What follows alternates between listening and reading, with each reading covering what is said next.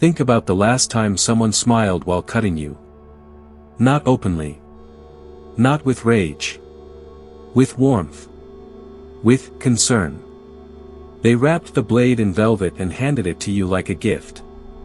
Maybe it was a coworker who just wanted to help by pointing out your mistake in front of everyone, then looked shocked when you went quiet. Or a friend who said, "I'm only telling you this because I care," right before listing everything wrong with you. Or a partner who sighed, disappointed, and said, "I thought you were more emotionally mature than this," when you asked for basic respect. And here's the strange part, when you finally push back, even gently, you feel like the villain. You start rehearsing your tone. You apologize for being hurt.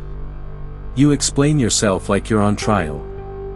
Your chest tightens, not because you were wrong, but because you can feel the room turning.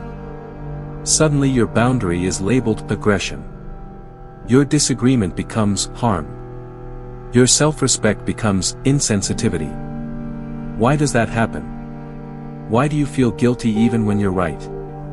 Most people think manipulation looks like shouting, threats, or obvious control. But the most effective control doesn't feel like control at all. It feels like morality.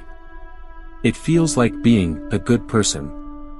It feels like empathy, until you realize the empathy isn't being used to understand you. It's being used to manage you. Sometimes it's disguised as sensitivity.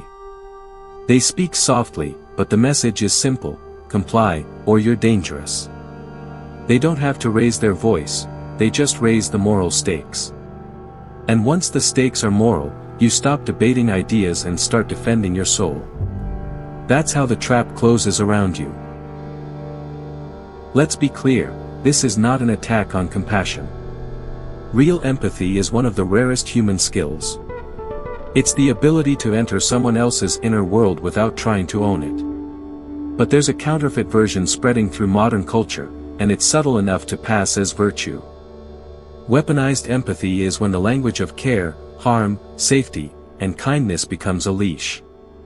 It's when someone uses moral emotion to extract compliance, to silence you, or to win without ever touching the facts. And if you're conscientious, if you actually don't want to hurt people, you are the easiest target. Because your mind treats guilt like a fire alarm. You feel it and you move. You soften. You over-explain. You surrender ground just to prove you're not cruel. That's the trap. The more human you are, the more controllable you become. In a world where social approval is currency, being seen as good becomes a survival strategy. And once goodness becomes performance, empathy becomes a tool, not a bridge. You'll notice it when someone never asks what you meant, only what you caused. When they don't explore, they accuse. When they don't relate, they regulate. Stay with me, because by the end you'll see the mechanism clearly, how moral language turns into social power, why it hijacks your nervous system, and the exact shift that breaks the spell, so you can respond with strength without turning cold. Weaponized empathy is simple to define, but brutal to experience. It's when the language of care, harm, safety, trauma, kindness, holding space, being respectful, is used not to understand you, but to control you. It's empathy turned into a bargaining chip. The goal isn't connection. The goal is compliance, silence, or status. And the most dangerous part is that it comes dressed as virtue, so resisting it feels like resisting goodness itself. Notice the pattern: you raise a concern, disagree, or set a boundary, and instead of engaging your point, they escalate the moral stakes. They don't ask, "Is that true?" They ask, "What kind of person says that?" The argument shifts from reality to reputation. From actions to identity. From "what happened" to "you're the type of person who hurts people." Once that move lands, you're no longer discussing ideas, you're defending your character. Why is this rising now? Because modern culture pays incentives in attention, and moral outrage is the fastest currency. Social media doesn't reward nuance, it rewards certainty, emotion, and spectacle. A calm explanation rarely goes viral, A public accusation does. So people learn, consciously or not, that framing themselves as the wounded party gives them leverage. In this environment, feeling offended becomes evidence. If I feel harmed, you must be harmful. If I feel unsafe, you must be unsafe. Emotion becomes the judge, the jury, and the sentence, and logic is treated like a hostile witness. That's the moral high ground as power. And power always attracts performers. Nietzsche warned that morality can be used as a weapon by those who feel powerless in direct competition. Instead of saying, "I want control," they say, "I'm righteous." Instead of wrestling with your argument, they recruit a crowd to shame you. The psychological payoff is enormous. You get to win and look good while doing it. You get dominance without admitting you want dominance. Jung would call this shadow work done backwards. The shadow is what we refuse to admit about ourselves: envy, aggression, hunger for status, the desire to punish. When people can't own those impulses, they project them outward. They hunt toxicity everywhere, because their own darkness feels unbearable. So the moral crusade becomes a disguise: I'm not attacking you, I'm protecting others. But protection can be a costume for revenge.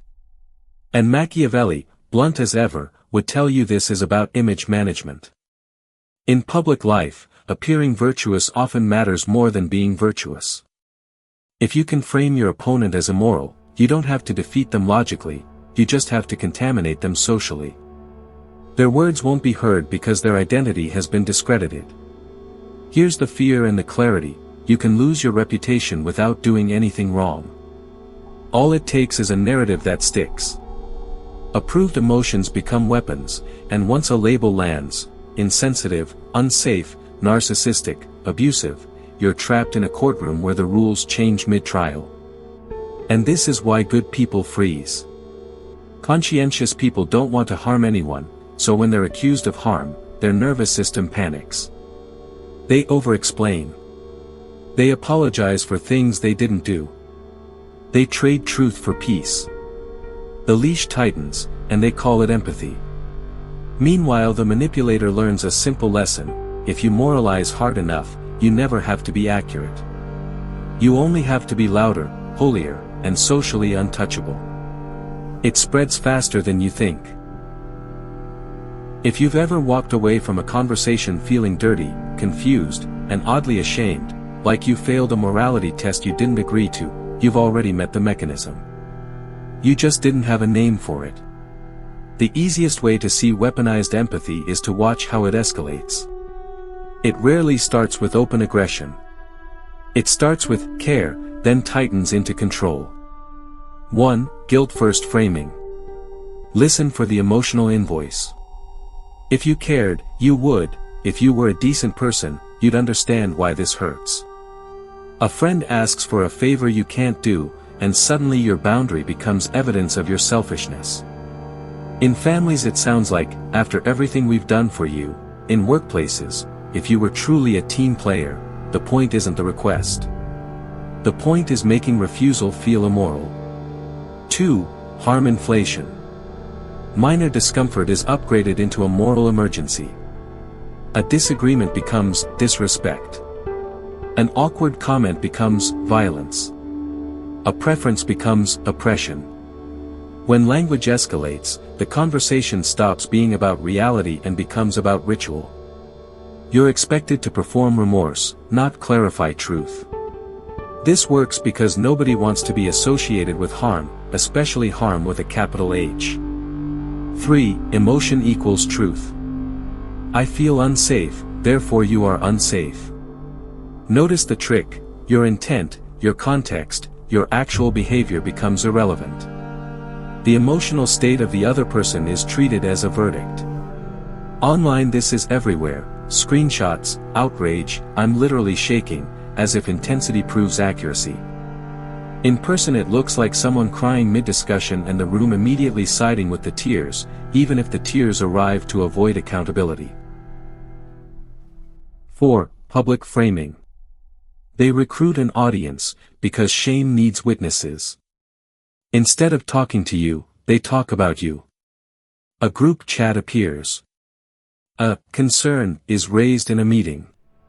A vague post is made that clearly points at you but never names you. Now the goal is not understanding, it's social positioning. You're being tried in public, and the court is people who fear being next, so they comply with the loudest moral narrative. 5. Moving moral goalposts. You apologize, and instead of resolution you get escalation. That's not enough. You're centering yourself. You're being defensive. The apology becomes fuel. They demand not just a behavior change, but a confession of identity. Admit you are the kind of person who harms. This is why you can feel trapped even when you've done the right thing. The game was never about repair, it was about submission. 6. Selective empathy. Empathy is offered upward and inward, never outward. Their pain is sacred, your pain is inconvenient. Their triggers must be accommodated, your limits are rigidity. They ask you to be nuanced about them. You don't know what I've been through, while flattening you into a villain caricature. Complexity is granted only to the person holding the moral microphone. 7. Punishment disguised as healing. Exclusion is renamed accountability. Cruelty is reframed as boundaries. Public humiliation becomes education. People call it holding you responsible while enjoying the social high of tearing you down. The goal is not growth. The goal is purification. Remove the contaminated person so the group can feel clean. Now here's why this works so well on conscientious people. Your nervous system is wired for belonging. Social rejection reads like danger, and the brain responds with threat reactions: fight, flight, freeze, fawn. Most decent people don't fight in moral arenas because they fear becoming what they hate. They freeze. Or they fawn, over-apologize, over-explain, over-compromise, because the fastest way to end social threat is to submit. Agreeableness, empathy, and the desire to be seen as good become pressure. And that's the cruel irony: the better your conscience works, the easier it is to hack. Manipulators don't need chains, they need your imagination to picture yourself as the villain. Once you're busy proving you're not that kind of person, you stop noticing the power move happening in real time. If you're wondering why it feels so disorienting, it's because two truths collide. You value empathy, and you're being attacked with empathy language. Your brain can't reconcile care with coercion, so it searches for the simplest explanation: maybe you really are the problem. That split-second doubt is the opening. From there, control is easy, because you begin policing yourself. Keep these signs in mind, because the next step isn't learning to argue better. It's learning to respond in a way that refuses the character trial, protects your nervous system, and still leaves room for real compassion. That balance is rare. And it's exactly what breaks the leash. And when you can see the tactic, you stop trembling, you stop bargaining, and you start choosing your response deliberately. The way out of weaponized empathy is not learning to win arguments. Winning is the wrong goal. The goal is sovereignty, staying connected to your own mind while someone tries to drag you into a moral courtroom. When you aim for sovereignty, you stop performing innocence and start protecting truth. You don't need harshness, you need clarity and calm firmness. First, pause and name the move internally. Not out loud as an accusation, but silently as a reset. This is guilt framing. This is a character trial. That single label breaks the trance, because the spell depends on speed. Your nervous system wants to react, apologize, explain, surrender. The pause gives you back the steering wheel. Second, refuse the character trial. Weaponized empathy survives by turning every disagreement into a verdict about who you are. So bring it back to the concrete. Let's stay with the specific behavior or issue. I'm open to feedback on what I did, but I'm not going to discuss labels about my character. If they insist on calling you unsafe, selfish, or toxic, you don't debate the label. You disengage from the frame. Third, validate feelings without surrendering reality. This is where most people collapse. They think empathy means agreement. It doesn't. Try, I hear you're upset, and I'm taking that seriously. I'm still allowed to see it differently. Or, I understand this landed badly for you. That doesn't automatically mean I intended harm. You are acknowledging their inner world while keeping your own intact. Fourth, ask clarifying questions that expose vagueness. Moral manipulation loves fog.